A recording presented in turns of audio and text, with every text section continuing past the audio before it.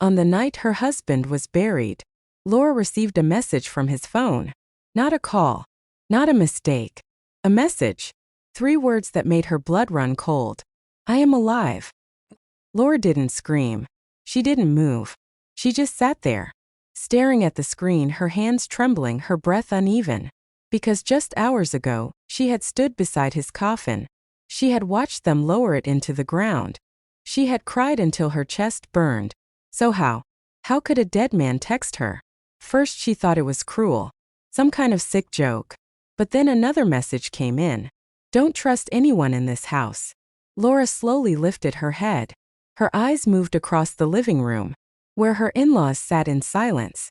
Her mother-in-law, her sister-in-law, her husband's younger brother. All of them dressed in black. All of them were watching her. And suddenly, Laura felt something she had never felt in that house before. Fear. 3 years earlier, Laura had entered that house as a bride. Young, hopeful, in love.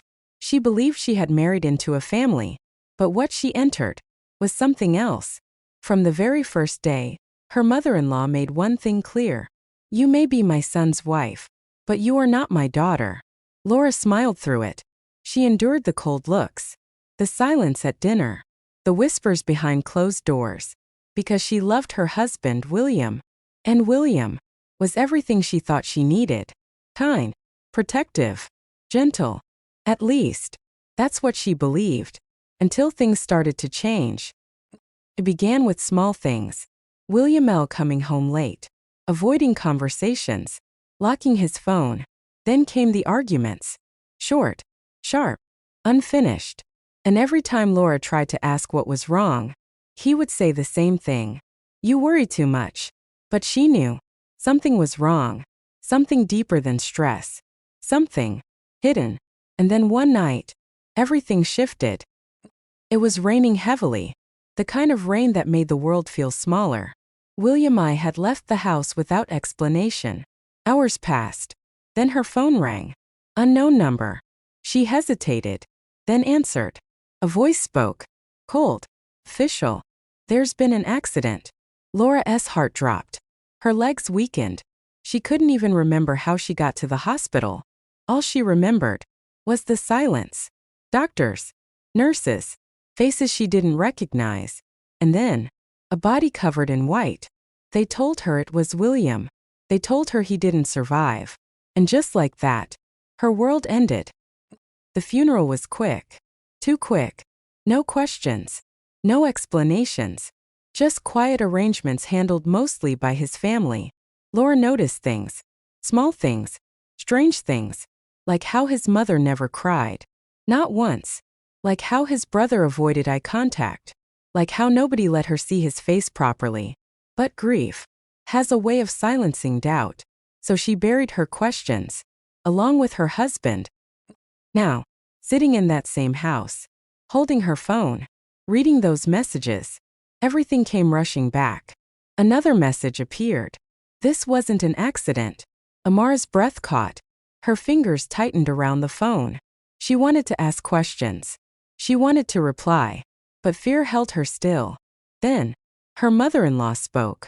Who are you texting? Laura froze. Slowly, she looked up. Their eyes met.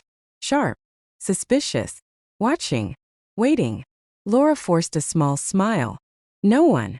But inside, her heart was racing, because for the first time, she realized something terrifying. Maybe William wasn't the only one hiding secrets. Later that night, Laura couldn't sleep. Every sound felt louder. Every shadow felt closer. She picked up her phone again. Typed slowly. Who is this? Seconds passed. Then, a reply. Go to the storeroom. Now, Laura hesitated. The storeroom? That place had always been locked.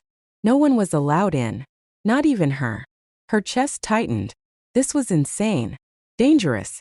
But something inside her needed answers. Slowly, quietly, she stood up. The hallway was dark. Silent. Each step felt heavier than the last. She reached the door. Her hand hovered over the handle. Locked. Just like always. Her phone vibrated again. Check under the flower pot. Laura's eyes widened. She turned slowly and saw it. The small pot by the wall. The one she had passed 100 times. She moved toward it. Knees weak. Hands shaking. She lifted it. And underneath, a key. Laura stared at it. Her heart was pounding louder than ever. This wasn't random. This wasn't a joke. Someone knew this house. Someone knew everything.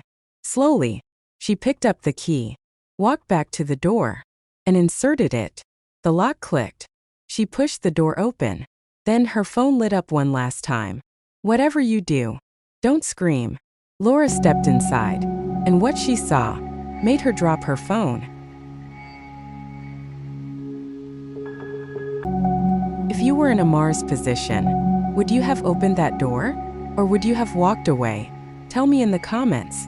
And if you want to know what she saw inside that room, make sure you subscribe and don't forget to hit the like button.